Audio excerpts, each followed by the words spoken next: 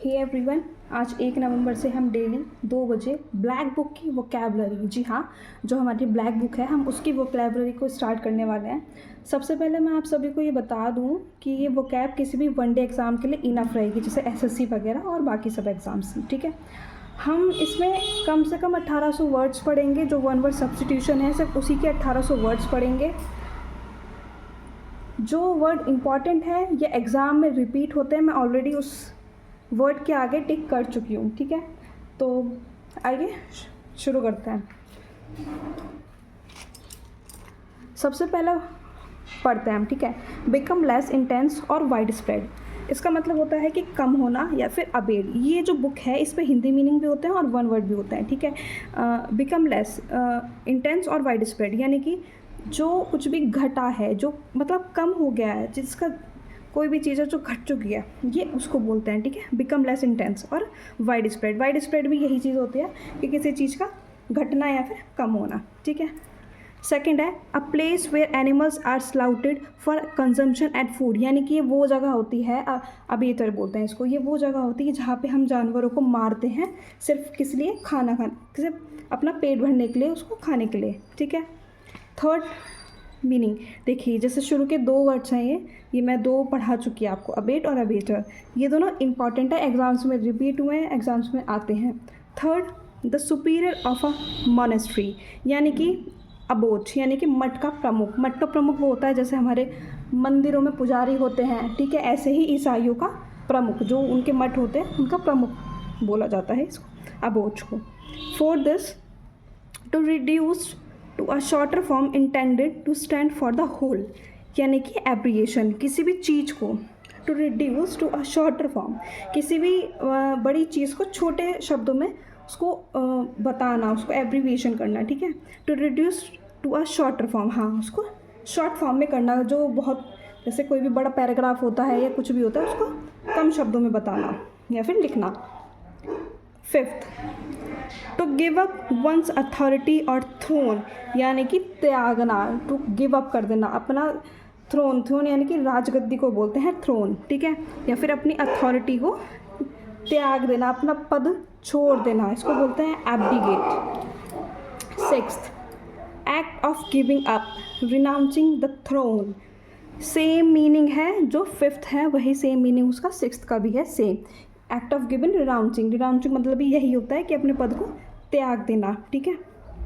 Seventh is deviation from the right course, यानी कि abbreviation, इसको जो चीज़ कॉमन चीज़ों से अलग होती है उसको हम बोलते हैं डेविएशन। डेविएशन मतलब कुछ अलग होना, उस चीज़ जो सही चीज़ है उससे अलग होना, यानी कि असमानता जिसमें होती है, ठीक है, abbreviation. Eighth is the act of washing one self, यानी कि अपने हाथों को बार बार साफ़ करना, यानी कि एक एबल्यूशन बोलते हैं इसको। ये एक तरीके की आप बीमारी भी बोल सकते हो, या फिर होता है ना किसी किसी को बार बार नहाने की आदत होती है, खुद को साफ रखने की आदत होती है, तो उसको हम एवोल्यूशन बोलते हैं।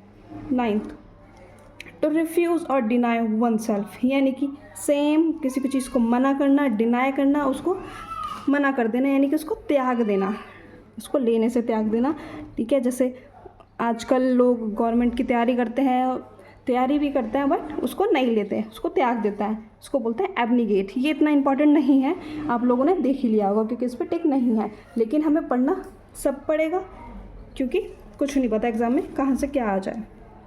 टेंथ इज एक second, yes, tenth is formally put an end to a system, practice और इंस्टीट्यूशन, यानी कि एबॉलिश, किसी रीति रिवाज या स्थापित नियम का अंत करना। जो भी सिस्टम चल रहे हैं, इंस्टीट्यूट वगैरह के जो भी होते हैं, जो फॉर्मली सिस्टम्स होते हैं, उनको एंड कर देना, उनको ख़त्म कर देना, एबॉलिश माने उनको अंत कर देना उनका। 11th is existence in a land from the earliest times और from before the arrival of colonist, यानी कि एबओरिजिनल, ठीक है, किसी देश के मूल निवासी। Existent in the land from the earliest times, जो भी हमारे पुराने टाइम में हमारी भूमि पे रहे हैं, ठीक है, उनको हम ये बोलते हैं, जो हमारे मूल निवासी होते हैं, जो रह के जा चुके होते हैं, जो विदेश चले जाते हैं हमारे देश में पैदा होने के बाद, उनको एबओरिजिनल बोलते हैं। 12th is the original inhabitants natives और अ कंट्री, यानी कि हमारे ही देश के जो निवासी होते हैं एबॉरिजिनस, किसी देश के मूल निवासी। हर देश के जो मूल निवासी होते हैं उनको एबॉरिजिनस बोलते हैं। और ये वाला जो था, जो एबॉरिजिनल था, किसी देश के मूल निवासी और किसी देश के मूल निवासी, ठीक है। 13 is to shorten a piece of writing without losing the sense. To shorten a piece of writing without losing the sense, ठीक है। कोई भी आपने देखा होगा कि समरीज़ होती हैं, बड़ी बड़ी समरीज़ होती हैं, स्टोरीज़ होती हैं, जिसको हम दोबारा अगर पढ़ने बैठे तो काफ़ी ज़्यादा टाइम लग जाता है, क्योंकि वो इतनी लेंथी होती हैं, बड़ी होती हैं। तो उसको क्या करते हैं, हम उसको कम करते हैं, लेकिन प्रॉपर स्टोरी उसमें हमें विदाउट कुछ छोड़े, कुछ भी इंपॉर्टेंट चीज़ स्किप करें, हम उसमें सब कुछ लिखते हैं, तो उसको बोलते हैं एब्रिज, यानी कि छोटा कर देना उस चीज़ को, ठीक है। 14 is a shorten version of a larger work. Same meaning है दोनों का, एब्रिज और एब्रिजमेंट, यानी कि किसी भी चीज़ का छोटा वर्जन, यानी कि कोई भी जो बड़ा काम है उसका छोटा एक हिस्सा, ठीक है। 15 इज़ कैंसिल और do away with a law और एग्रीमेंट, किसी भी चीज़ को कैंसिल कर देना, ठीक है, चाहे वो लॉ हो चाहे या फिर वो एग्रीमेंट हो, यानी कि एब्रोगेट करना, मतलब त्यागना या निरस्त कर देना या रद्द कर देना, ये तीनों वर्ड्स में यूज़ होता है। 16 to go away suddenly and secretly in order to escape from somewhere. To go away यानी कि चले जाना एक अचानक ही और चुपचाप, यानी कि रहस्यमयी, बिना किसी को बताए। एस्केप माने भाग जाना, रहस्यमयी तरीके से कहीं से चले, इसको बोलते हैं एब्सकॉन्ड, यानी कि फरार हो जाना, ठीक है। इसके बाद है 17 formal forgiveness of a person since. ये ज़्यादा इम्पॉर्टेंट नहीं है बट मैं बता दूँ, इसको बोलते हैं एब्सोल्यूशन, यानी कि पाप मुक्ति या फिर क्षमादान करना। फॉरगिवनेस यानी कि किसी को माफ़ कर देना उसकी बुराइयों के लिए, है उसने जो भी कुछ किया होता है हमारे साथ में भविष्य में, या कुछ भी भविष्य में बोल रही हूँ, पहले कभी भी कुछ किया होता है तो हम उसको माफ़ कर देना बोलते हैं एब्सोल्यूशन। 18 वाइडली अनरीजनेबल, इलॉजिकल और रिडिकुलस, ये होता है यानी कि मजाकिया, एब्सर्ड, बेतुका, इसको मजाकिया भी बोलते हैं, जो कुछ भी उल्टी सीधी हरकतें करता है पागलों की तरह, ठीक है। इलॉजिकल मतलब उसको कोई सेंस नहीं होता। रिडिकुलस यानी कि हास्यास्पद, जिसकी हरकतों से देख के चिढ़ होती है या फिर हंसी आती है, वो बेतुका, एब्सर्ड बोला जाता है उसको।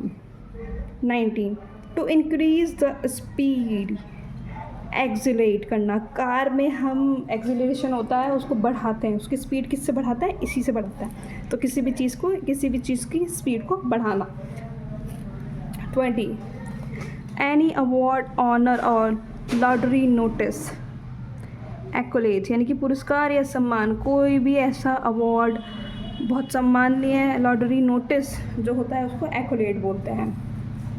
21 a person who helps another to commit a crime or do something morally wrong, and second is, इसी का ये सेकंड है meaning, a partner in crime यानी कि एक ऐसा साथी जो हमारे बुरी चीज़ों में हमारा साथ दे, हमारे क्राइम में हमारा साथ दे, उसको बोला जाता है accomplice यानी कि सह अपराधी। a person who helps जो मदद करता है हमारे क्राइम में, ठीक है, गलत चीज़ों में। 22 बी हारमोनियस और कंसिस्टेंट विद यानी कि अकॉर्ड, अकॉर्डिंग का मतलब तो आप लोगों को पता ही होगा, ये वही वर्ड है, बस इसमें आईएनजी नहीं है। तो अकॉर्डिंग मतलब किसी चीज़ के सहरूप होना, किसी चीज़ के अनुरूप चलना, तो be harmonious and consistent, consistent माने उसी के अनुरूप होना, तो इसका मतलब होता है accord. 23 a person whose profession is to keep accounts यानी कि अकाउंटेंट, जो ऑब्वियसली बात है, जो प्रोफेशन होता है जो अकाउंट्स को हैंडल करता है उसको अकाउंटेंट बोलते हैं, ये तो ईजी था। 24 इज़ शार्प, बिटर और harsh in temper, language etcetera. Temper माने होता है एंगर, ठीक है, जो जिसका कड़वा स्वभाव होता है, जो हमेशा मतलब थोड़ी उसकी लैंग्वेज हमेशा टफ ही रहती है, हार्ड रहती है, उसको बोलते हैं असर्बिक यानी कि कड़वा स्वभाव।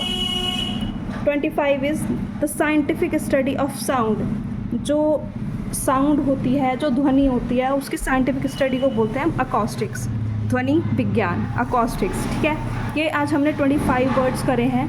और इसी तरह हम डेली 2 बजे इंग्लिश वोकैब के सबसे पहले हम वन वर्ड सब्स्टिट्यूशंस करेंगे, उसके बाद में हम धीरे धीरे अपने ईडियम्स और एंटोनियम एंड सिनोनियम्स भी कवर करेंगे। तो यस 25 वर्ड्स हैं। अगर आपको किसकी PDF चाहिए लर्न करने के लिए, ठीक है, तो आप मुझे बता देना, कमेंट कर देना। Okay, thank you.